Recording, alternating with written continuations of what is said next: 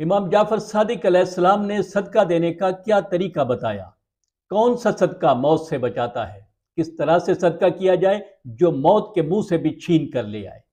कैसे फक्र और मोहताजी को रोक कर उम्र में इजाफा किया जा सकता है?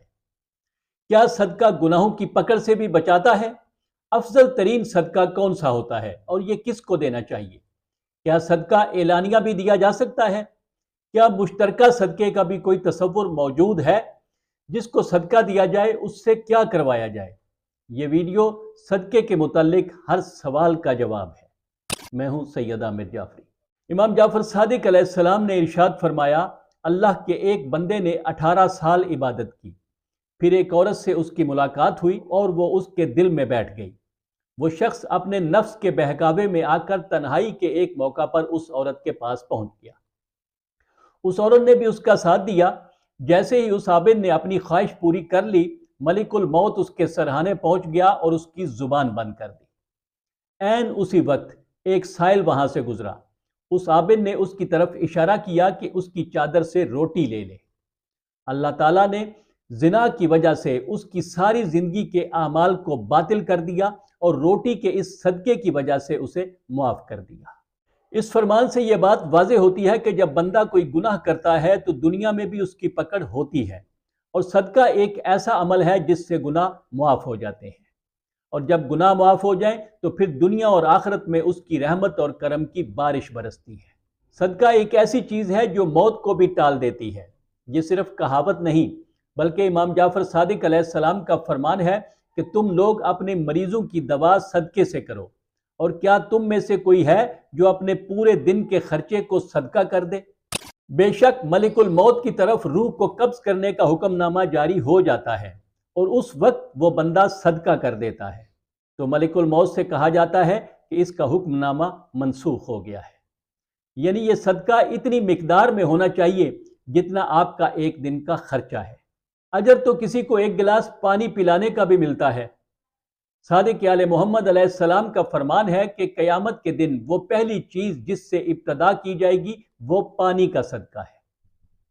अल्लाह ताला किस कदर रहीम है कि वो छोटी छोटी चीजों को भी बगैर अजर व सवाब के नहीं छोड़ता।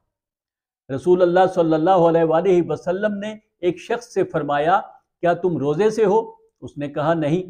आपने फरमाया, तो फिर क्या तुमने किसी मरीज की अयादत की? उसने कहा नहीं। आपने फरमाया, क्या किसी तशय्यो जनाजा में शरीक हुए? उसने कहा नहीं। आपने फरमाया, क्या किसी मिस्कीन को खाना खिलाया? उसने कहा नहीं। आपने फरमाया, तुम अपने अहल की तरफ पलटो, तुम उन तक पहुंचे तो बेशक तुम्हारा उन तक पहुंचना तुम्हारी जानिब से उन पर सदका है। यहां तक कि इमाम जाफर सादिक अलैहिस्सलाम फरमाते हैं कि किसी बहरे को तंग आए बगैर बात समझाना खुशगवार और बगैर मुशक्कत का सदका है। इमाम मोहम्मद बाकिर अलैहिस्सलाम फरमाते हैं कि नेकी और सदका फक्र और मोहताजी को रोकते हैं, उम्र में इजाफा करते हैं, और ये दोनों चीज़ें 70 बुरी अमवाज से महफूज करती हैं। रसूल अल्लाह सल्लल्लाहु अलैहि वसल्लम का इरशाद है कि सदका बुरी मौत को रोकता है। आप फरमाते हैं कि मोमिन के साए वाले हिस्से के सिवा कयामत की ज़मीन आग है, बेशक मोमिन का सदका उस पर साया करेगा। सबसे अफजल सदका कौन सा है? इस सिलसिले में मुख्तलिफ फरामीन मौजूद हैं जिनमें अफजल सदकात बताए गए हैं। रसूल अल्लाह सल्लल्लाहु अलैहि वसल्लम ने इरशाद फरमाया, सबसे अफजल सदका गनी और बेनियाज शख्स का सदका है। इमाम जाफर सादिक अलैहिस्सलाम का फरमान है कि कलील माल वाले का सदका भी अफजल है जो अपने नफ्स पर दूसरों को तरजीह दे।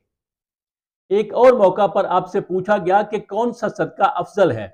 आपने फरमाया कि किसी ऐसे रिश्तेदार को सदका देना जिसकी दिल में तुम्हारे लिए अदावत छुपी हो। आपसे पूछा गया, दरवाजे पर सवाल करने वालों को सदका दिया जाए या रिश्तेदारों को? आपने फरमाया कि रिश्तेदारों को, क्योंकि अजर के लिहाज से यह सबसे बड़ी बात है। आमतौर पर यह मशहूर है कि सदका सिर्फ छुपा कर देना चाहिए, एलानिया सदका नहीं देना चाहिए, लेकिन आइमा इत्तेहार ने दोनों किस्म के सदकात को मोतबर करार दिया है। इमाम जाफर सादिक अलैहिस्सलाम फरमाते हैं कि एलानिया सदका बलाओं में से 70 किस्म की बलाओं को दफा कर देता है और पोशीदा सदका परवरदिगार के गजब को ठंडा कर देता है। اسی طرح دن اور رات کے صدقے کا بھی بے پناہ اجر و ثواب ہے۔ کیا سب گھر والوں کا مشترکہ صدقہ دیا جا سکتا ہے؟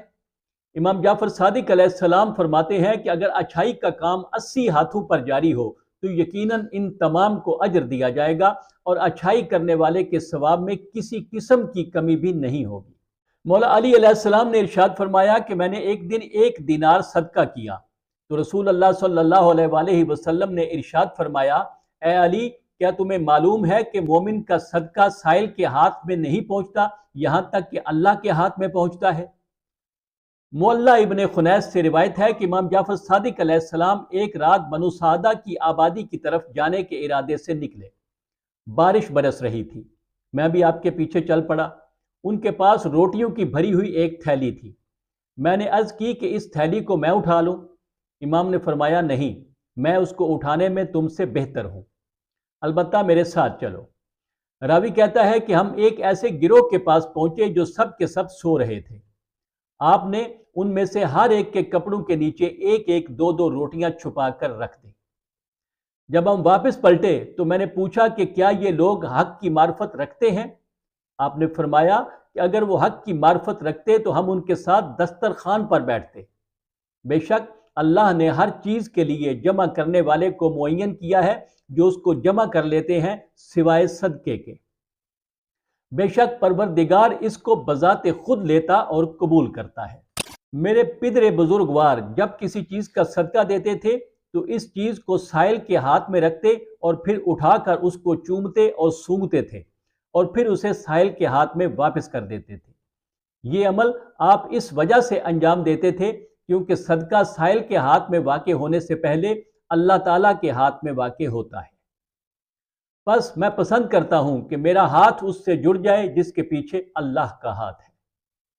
اس لیے جس کو صدقہ دیا جائے اس سے اپنے لیے دعا ضرور کروائی جائے، کیونکہ امام علی ابن الحسین علیہ السلام کا ارشاد ہے کہ کوئی شخص بھی ایسا نہیں ہے کہ جب وہ کسی مجبور و مسکین کو صدقہ دے اور وہ مسکین اس شخص کے حق میں اسی لمحے دعا کرے تو اس کے حق میں دعا قبول کر لی جاتی ہے۔ صدقے کا اثر کس قدر زوردار ہوتا ہے، یہاں تک کہ یہ درندوں کے جبڑوں سے بھی صدقہ دینے والے کو نکال لاتا ہے۔ امام علی رضا علیہ السلام کا ارشاد ہے کہ بنی اسرائیل میں مسلسل 2 سال شدید قحط پڑا۔ ایسی حالت میں ایک عورت کے پاس روٹی کا ایک لقمہ تھا جس کو کھانے کے لیے اس نے اپنے منہ میں رکھا ہی تھا کہ ایک سائل نے آواز دی کہ اے اللہ کی کنیز، میں بھوکا ہوں۔ اس عورت نے کہا کہ میں اس قسم کے سخت حالات میں صدقہ کروں گی۔ اس نے اپنے منہ سے لقمہ نکال کر سائل کو دے دیا۔ اس عورت کا ایک چھوٹا بچہ تھا جو صحرا میں لکڑیاں چن رہا تھا۔ وہاں ایک بھیڑیا آ گیا اور اس نے اس بچے کو اٹھا لیا۔ بچے نے چیخ ماری اور ماں بھیڑیے کے خوف سے غم زدہ ہو گئی۔ پس اللہ تعالیٰ نے جبرائیل علیہ السلام کو بھیجا جنہوں نے لڑکے کو بھیڑیے کے منہ سے نکال کر اس کی ماں کے حوالے کر دیا۔